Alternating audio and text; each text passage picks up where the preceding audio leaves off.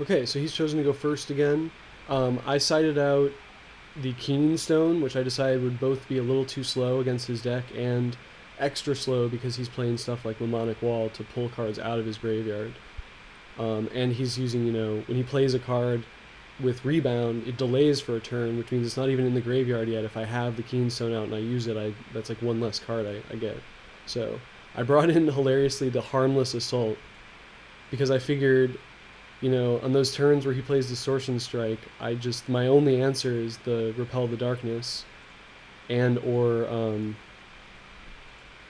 Harmless Assault. So that could stop me from losing a game.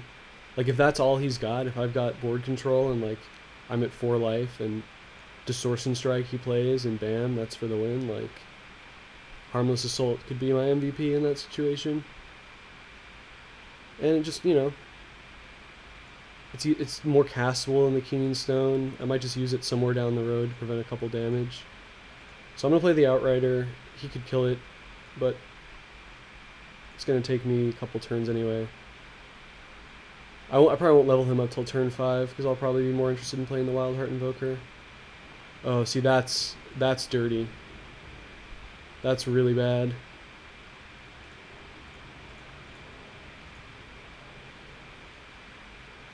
Whew. Okay, that's bad.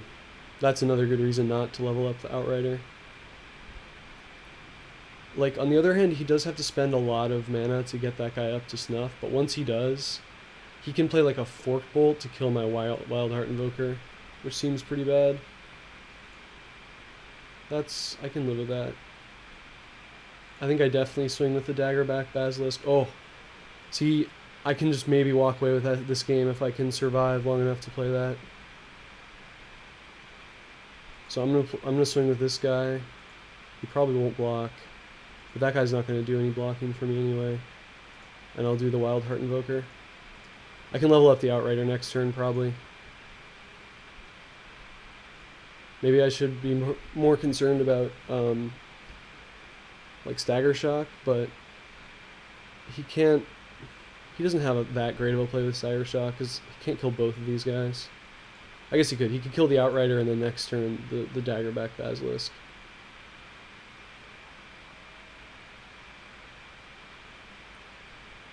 Question is, does he swing with the Echo Mage? Because, like, yeah, he probably should have, because I probably would not have blocked. Because he has Distortion Strike, which could take out my Wild Heart Invoker after blockers.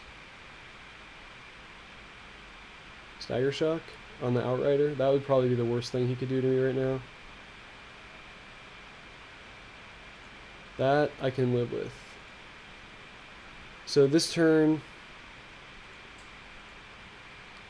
So there's my 8th land. So yeah, I mean, this turn I just level up the Outrider. And leave green up, I think. And just hold back the fort, I think. Well, I mean, it might get to the point where this trample damage is what's going to kill him, and I need to have dealt as much damage as possible. I think I swing with the Daggerback here. Because, like, I can't imagine a lot of situations in which I would end up having to have blocked with, well, no, because I probably would block the Hatcher with the Outrider anyway, and if he swings with the Echo Mage, I will strongly consider just blocking with my Wild Heart Invoker, so forcing him to use whatever he has as a trick. So I think that's the right play there. All right, 3 more turns and I can play Eldrazi Conscription unless I draw like Dreamstone Hedron, and that speeds it up by 1 turn. Kozilek's Predator would speed it up by 1 turn, as would the Nest Invader. So I have a few cards I can draw that will speed it up.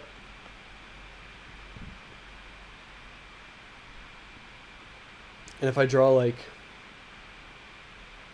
Repel the Darkness next turn, that could chain into one of those cards, so that's another sort of out. It's like half out or less. Like, I have a feeling Eldrazi Conscription is going to be enough if I can drop it and not be too low on life.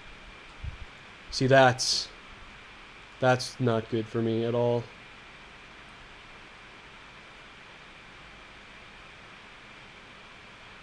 That is so bad.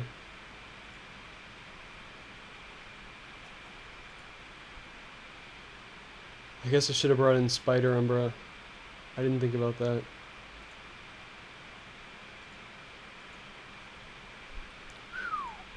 Okay, in the history of good draws, that is among the best. That's definitely happening. Probably should have waited on that. Well, I'm swinging with both of these guys. It's my last chance to.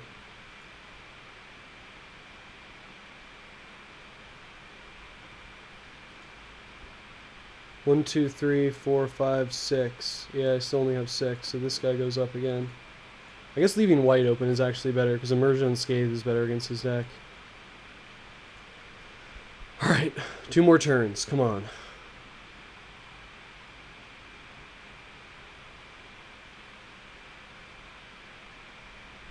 Like, yeah, I definitely made a play mistake in that first game, obviously, but it wasn't... There's nothing you can do about that. Sometimes you just misclick in Magic Online. I'd much rather make a play mistake like that than a real play mistake. So this is not great, because, like, obviously the card I fear the most right now is Regress. I don't think he can't actually copy a blue spell, but he could copy a red spell. Well, now he can copy a blue spell. I think, yes, if he untaps his island, he could now play double Regress. But he does not. Well, so far so good.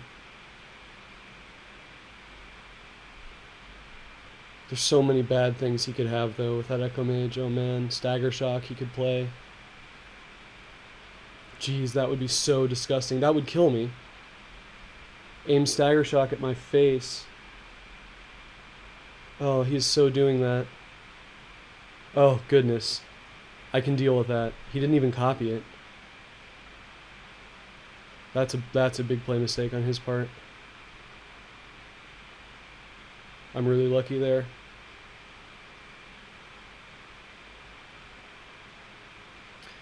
So hilariously, I think the best target for my Outrider is going to be, or for my Eldrazi Conscription is going to be the Outrider. Because, like, he can't even kill that guy no matter how many guys he blocks with. Well, I guess it really doesn't matter. Maybe the Wild Heart Invoker is the right call. So I really hope he taps out next turn when I have the Eldrazi Conscription mana, obviously. So, yep, only 7. Still shy. So this guy goes up.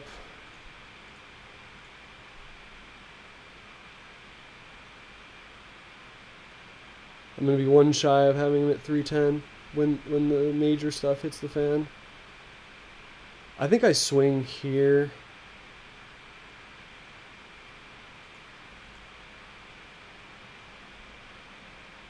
Continue to get him closer to his doom.